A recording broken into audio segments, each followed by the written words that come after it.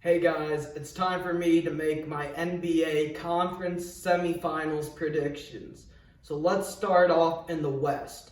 So the first matchup I want to dive into is a matchup between the number 1 seed Utah Jazz and the number 4 Los Angeles Clippers. Folks, I have a lot of respect for the Utah Jazz. Donovan Mitchell is a young, ascending superstar. Rudy Gobert is in the Defensive Player of the Year conversation. He probably will win the Defensive Player of the Year. They have two guys on their bench that were in the Sixth Man of the Year conversation. Joe Ingles, who was a starter last year and who was a starter this year and eventually decided to shift over to the bench, and Jordan Clarkson, who ultimately won the Sixth Man of the Year trophy. But I got to go with the LA Clippers. Kawhi Leonard and Paul George finally put this thing together at the right time. Last year in the bubble, they had a 3-1 lead against the Denver Nuggets. Going into Game 5, they led the Denver Nuggets. They had a huge lead going into halftime. And I said, I was right, the Clippers are going to the Western Conference Finals. The Clippers ended up blowing Game 5. It came back in Game 6, looked hot early on, and guess what happened? They had a huge lead in Game 6 and blew another big-time lead. In Game 7, they looked bad from the start. They got blown off the floor. That game was over before it even started. I picked the Clippers to win last year's title. I picked them to get to the Western Conference Finals this year. Earlier in this Mavericks series, when they dropped that second game, I said the Clippers were done. This team looks worse than a local team in LA playing at the YMCA. This is not the team that deserves all this hype. And they finally put it together. Tyronn Lue inserted Reggie Jackson into the starting lineup. He made a play and put Marcus Morris in. Marcus Morris has been in this league for a while, has made some big-time shots, and he ultimately pushed the right button. Kawhi, back in 2019, had one of the greatest postseason runs a player has ever had in NBA history. The Toronto Raptors traded for him, and in his only year with the Raptors, he finally brought a championship to the great place of Toronto. I think Kawhi will find a way to win 2 games in Salt Lake City. The Clippers were red hot in Game 7. They made 23 pointers and they didn't miss a single free throw. So I like Utah's talent, but I need to go with a player that I trust, the best player in the series, a player that has already taken a team to the finals. Give me the Clippers. In the other matchup in the West, we have the number 2 seed Phoenix Suns against the Denver Nuggets. Folks, if the Denver Nuggets had Jamal Murray, I would not only pick them to win this series, but I would pick them to win the Western Conference. However, they don't. Jamal Murray got hurt back in March. Now they don't have him for the rest of the playoffs. On the other side, Phoenix beat the defending NBA champions in the first round. They beat the Lakers in 6 games. And I don't want to hear this talk about AD's injury, because Phoenix beat LA in Game 1 with a healthy Anthony Davis. They had a 4-point lead going into halftime against the Lakers with a healthy Anthony Davis. And Chris Paul was clearly compromised in Games 2 and 3.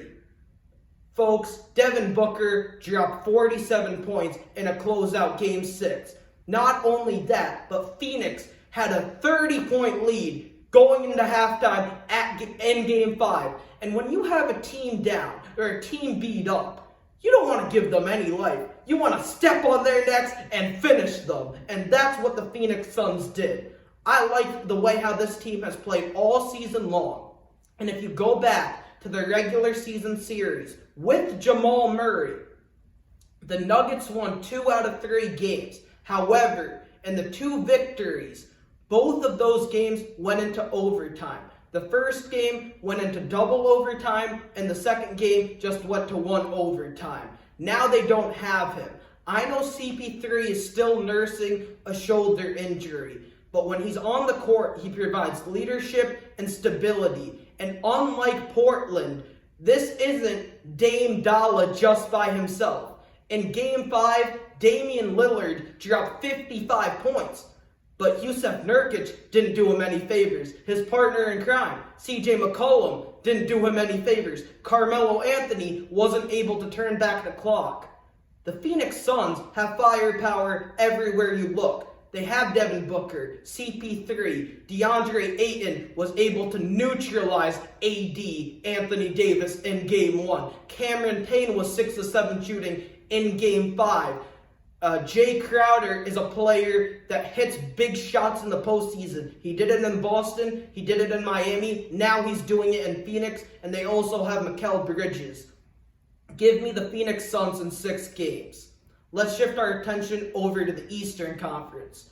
So in our first matchup, we got the Philadelphia 76ers taking on the Atlanta Hawks.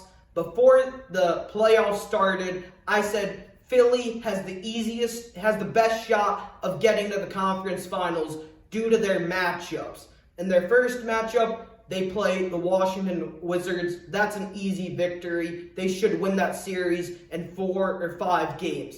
In their next matchup, they'll play the winner of the Hawks-Knicks series. They don't have to worry about playing the Brooklyn Nets or the Milwaukee Bucks. They can cruise to the conference finals.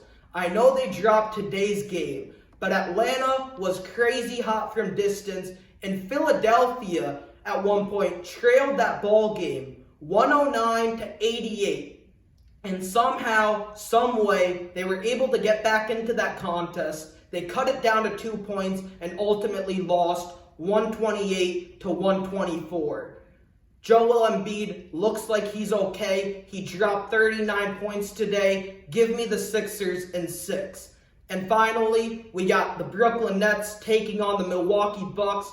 Before the playoffs started, I picked the Brooklyn Nets to win it all. I picked them to beat the Milwaukee Bucks in 6 games. James Harden is out for Game 2.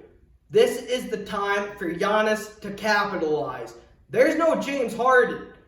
You got to step up in the playoffs, Giannis. 2 years ago against the Raptors, you had a 2-0 lead, and you blew it. Last year in the bubble, you were the number 1 seed, and you lost to the Miami Heat in 5 games. I like what I've seen from him in the regular season. He's averaging 40 points a game. He averaged 40 points a game in the regular season matchups against the Nets. I like what I saw from Middleton in the first round against Miami, hitting a huge clutch shot. They traded for Drew Holiday, but I still think Giannis is going to regret signing the Supermax. I don't think Milwaukee has enough to win the championship. And KD has shown me time and time again that he can take and lead a team to the conference finals and to the NBA finals. I also think James Harden will come back if this series is tight. Give me the Nets in 6. Thank you guys for watching. Please subscribe.